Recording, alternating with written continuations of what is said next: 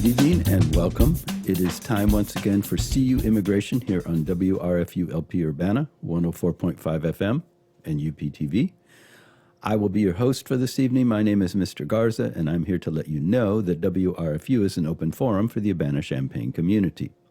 Views expressed are those of the speakers and are not intended to represent WRFU or, as we like to, or UCIMC, or, as we like to say on the televised version of this show, UPTV. These views are our own. Boy, I got confused in the intro, which I have done a billion times. We're off to a tough start today. My brain's not working, apparently.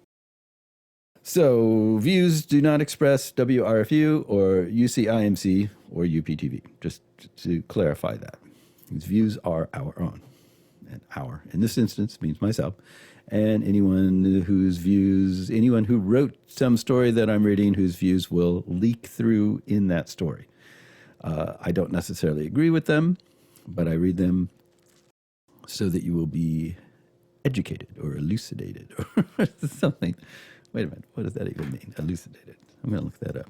Elucidate definition.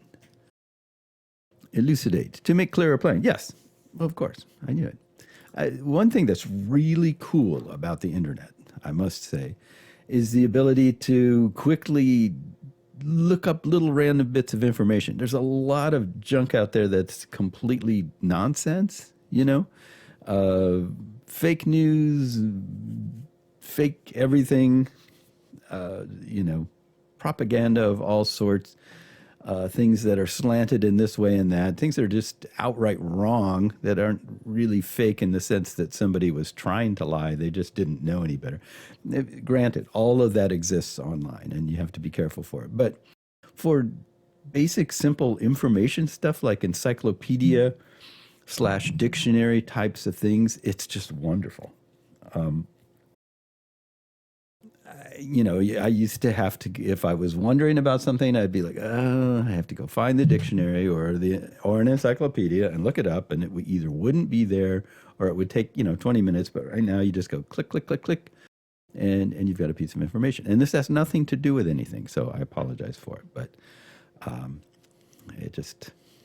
I thought rather than edit that out, I would just leave it in and show you the kinds of things that happen around here. Sorry, I'm just trying to get comfortable here and deal with this giant microphone in my face and all this stuff. It's interesting doing the show from home. We haven't talked about this for a while, have we? For a long time, years, I did the show in the studio, and I would just go in.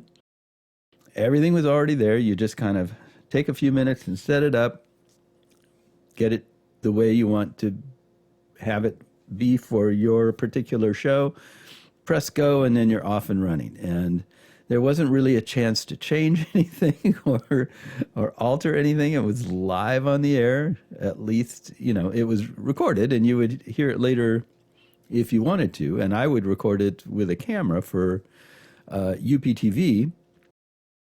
But the show itself, in terms of what you're hearing right now on the radio, was just was what it was.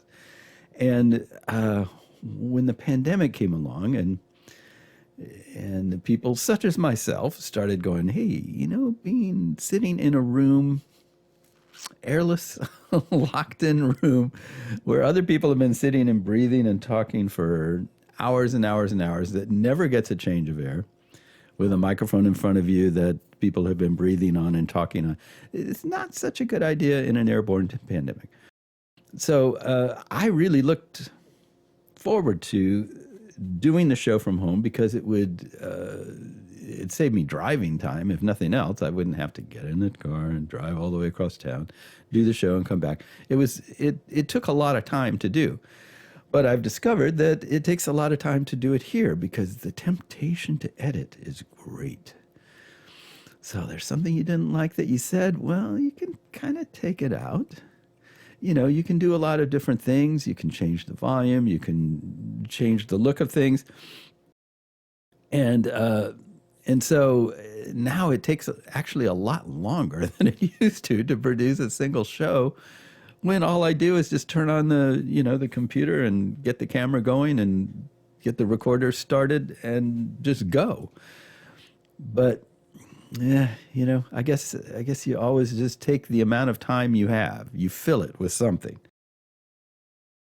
There's probably some name for that somewhere. Anyway, none of this is anywhere, and it has nothing to do with immigration. But it's human, and I guess that's part of the point of this show is to put a human face on immigration, because immigrants are not just some thing that exists somewhere that is has an effect on your life, but is not connected to your life. Immigrants are people, and they are part of your community, and they affect your life in all sorts of ways, some that you see because it's obvious, and much that you don't, because it's just going on. It's part of the fabric of your life, and you're not aware of it. And that's the thing, I think, that allows for people to develop a lot of these prejudices, is because they don't know what they know, if that makes sense. A lot of things that you know. Like, I know how to do my job. I know where stuff is in my house, that kind of thing. You know that. But there are lots of things in your life that you don't know, and you're not aware that it's a lack of your knowledge because it's just completely invisible to you. So the place, I guess you could put it, of immigrants in your life, and by you, I mean everybody in this country knows someone who's an immigrant, works for someone, has someone work for them, has purchased something from, has sold something to, and on and on and on. Like any kind of interaction that you have with people that are not your immediate friends and family, chances are somewhere in there, in probably several places, you're dealing with an immigrant, and you don't know it. So you're not aware of the effect that immigration has on your life, or that immigrants, how they are connected to you. So I think that's just really important to stop and think about sometimes, and just go, well, maybe I should learn more about this, because it's too easy for somebody else to come along who maybe looks like you or talks like you, or in some way can connect with you so that you think they're like relating to you on your own level.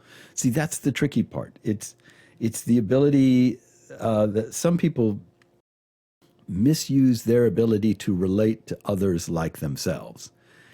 And they do it in order to sway others like themselves. Sometimes that's an honest thing to do. Like, I look for somebody like me, and then I can say, hey, pay attention to this stuff because it's important. Here are some interesting bits of information that would be useful to you. So I do it too. I mean, we all do it. But some people misuse that kind of thing, and they go, hey, you're like me and I'm like you, and guess what? Those people are bad. We need to avoid them. And that's a lot of what happens with immigration, because so many people don't know directly that they're dealing with immigrants in a lot of different ways. So it's easy to tell them anything about immigrants and have them at least believe it's possible. Some people are gullible enough that if you just tell them something, they just believe it, and no proof is necessary. But most people are like, well, it could be. And if no one comes along and refutes that, or offers a better explanation for it, then they'll take it as a very likely true. And that's what's happened, I think, with immigration. It is convenient scapegoat for big businesses and politicians who support or are supported by big business to blame all the woes of the workers on.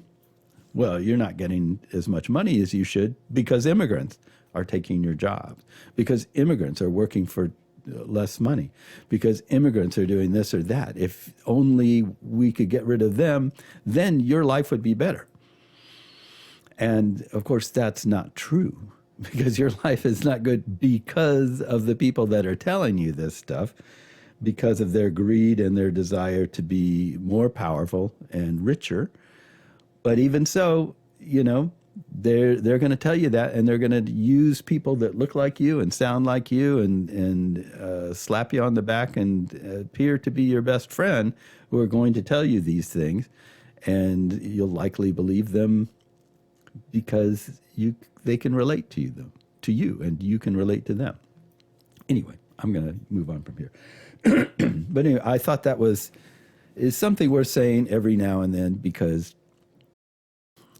it's just too easy to look at immigration. And even in this show, I mean, we talk about immigration, this thing called immigration.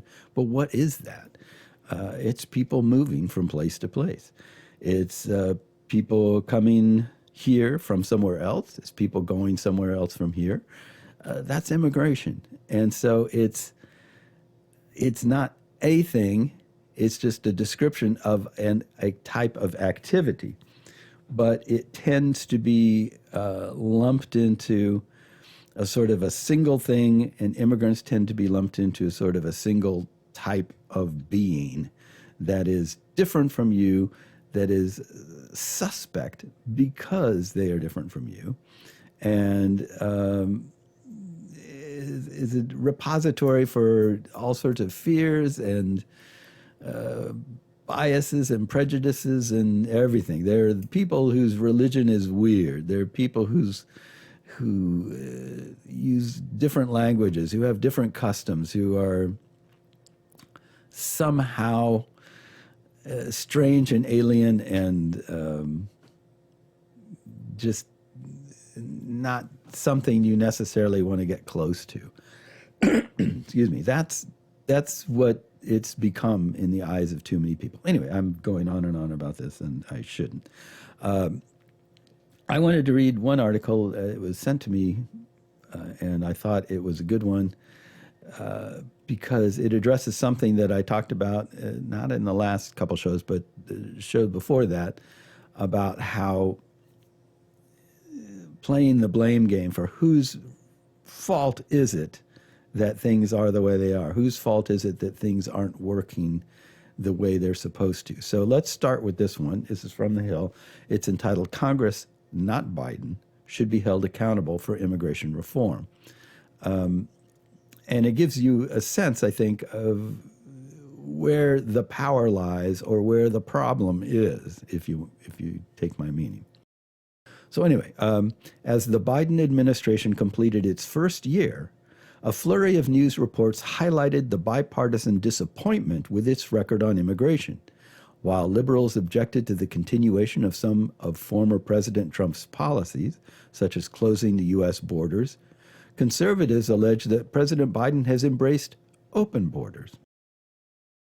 The criticisms directed at Biden are not entirely fair. Consider the immigration situation that he inherited on January 2021. Trump had dedicated 4 years to restrictive immigration measures like no president in modern U.S. history. To that end, policy after policy was put into place. Reversing course in a massive federal bureaucracy is not something that can be done overnight or even in a year. Additionally, 4 years of tough measures and verbal attacks on immigrants did not solve the nation's immigration problems, but arguably made them worse. The Trump administration's efforts ensured that the long-standing and serious immigration problems remained for the new administration. Approximately 11 million undocumented migrants lived in the country before and after the Trump presidency.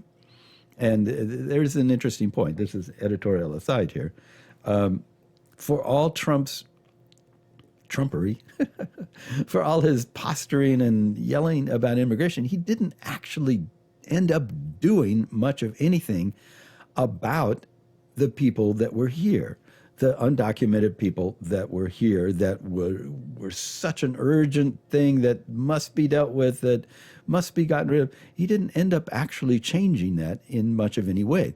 He did a lot for sabotaging the way we treat people coming in now and in the future, which has to be undone. But it didn't really change very much. He just upset everything and yelled a lot and made a lot of noise. So that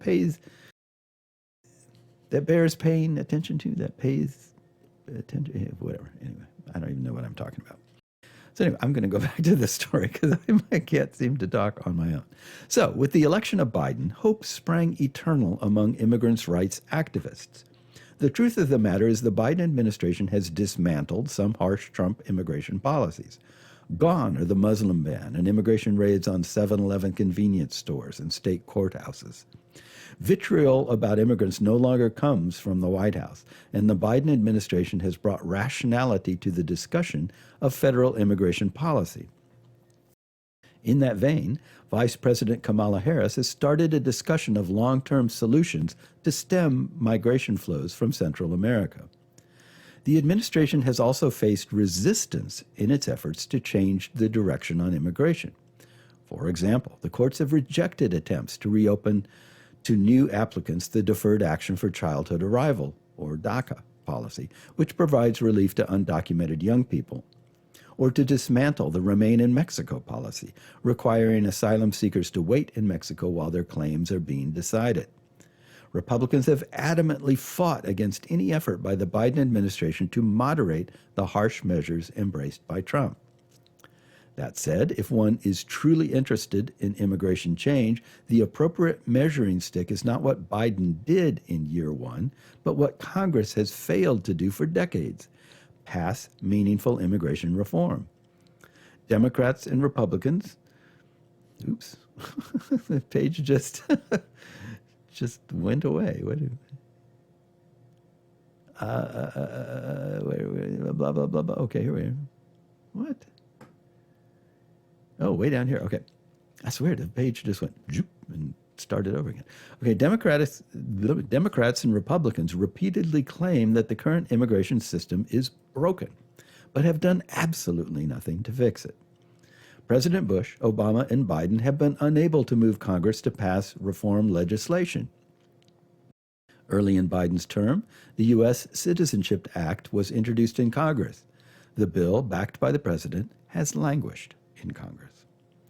Reform is long overdue. The comprehensive U.S. immigration law, the Immigration and Nationality Act of 1952, was forged at the height of the Cold War and designed to exclude and deport communists. Although amended on many occasions, it focuses more on keeping people out than letting people in. Economic and humanitarian concerns, not fears of the spread of communism, must be the touchstone for the immigration laws of the 21st century. Immigration solutions need long-term blueprints, most appropriately written by Congress, not quick fixes by a president. For example, economic development and building political institutions in Central America that diminish migration pressure takes time. And congressional appropriations. Effective efforts cannot realistically be achieved in 1 year by a new president. The bottom line is that the nation's immigration issues can only be effectively addressed if Congress engages in the serious and difficult task of formulating long-term solutions and approaches that outlast any precedent. In a time of political discontent, this is no small feat, but there are much-needed reforms that Congress could make to the U.S. immigration system. To start, Congress could provide a path to durable legal immigration status for DACA and temporary protected status recipients, as well as for other undocumented immigrants. Lawmakers can work to restructure the immigration court system, which is poorly funded, inadequately staffed, lacks independence, and has a backlog of more than 1.5 million cases.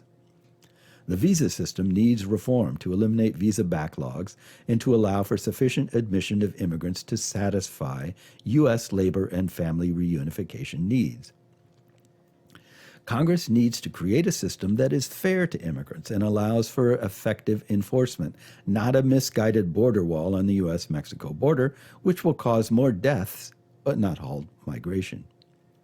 And finally, the dehumanizing term alien, which has helped to obscure and rationalize the treatment of people inconsistent with our constitutional values, needs to be removed from U.S. immigration laws. Congress will at some point meaningfully address immigration reform. The sooner it does, the sooner the nation will begin the process of moving forward. One president can only be reasonably expected to do so much. So yeah, and again, not to confuse this even more, but when we say Congress here, we mean certain individuals in Congress, Congress as a whole, but not everyone who's in Congress. So what happens a lot of the time, there are two things. So first, it'll be like, well, I voted for this person for president because I thought they were going to change things, and nothing's changed. So I guess I should just vote for somebody else, or I'll just sit at home next time and not vote for anybody. Well, that's wrong. You have to look at what they've tried to do, what they are trying to do. Not only what they are able to do or what they have managed to get done, because that is a separate thing. And that may speak to their power. That may speak to their ability to work across the aisles and do this and do that and make deals and shake hands and stuff. But it doesn't speak to their intent. Trump made his intent with immigration clear throughout the whole 4 years of his term.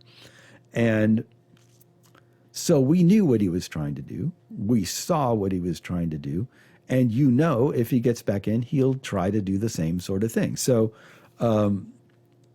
that is a question that is answered about him. So far with President Biden, we've seen what he has tried to do, and we've seen what he has been able to do in the short time that he has been in office.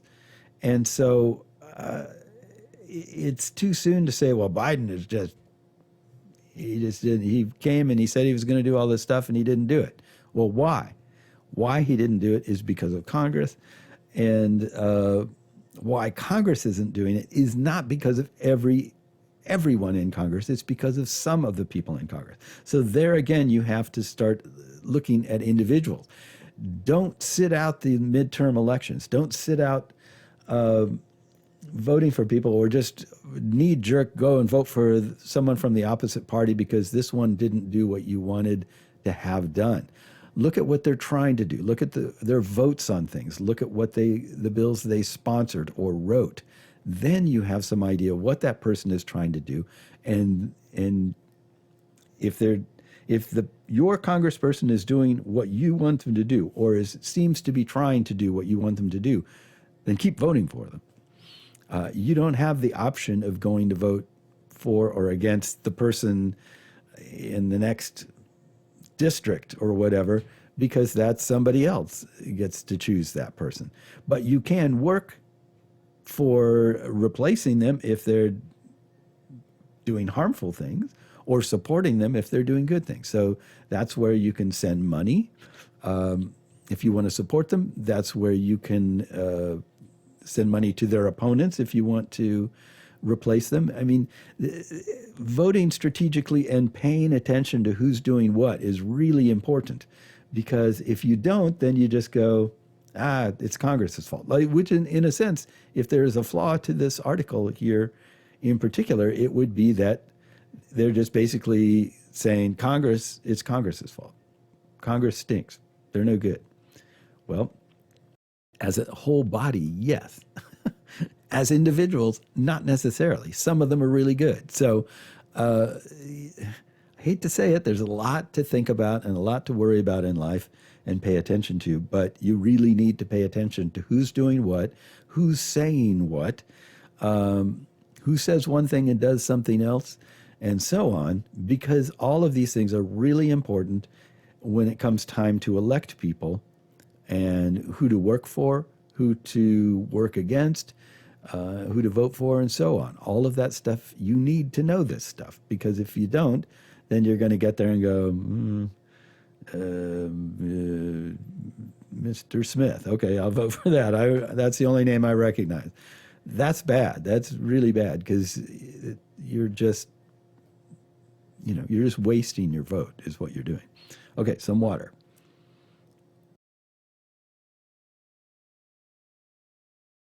I always have trouble with my voice drying out when I do these shows, and I'm going to try having water and drinking it as I go rather than waiting till I'm done after I've talked for an hour and shot my voice. Okay, so the next article, related to the last one, is entitled Trump Busted an Immigration Judges Union. His holdovers are blocking it again. So remember what I was just saying until now.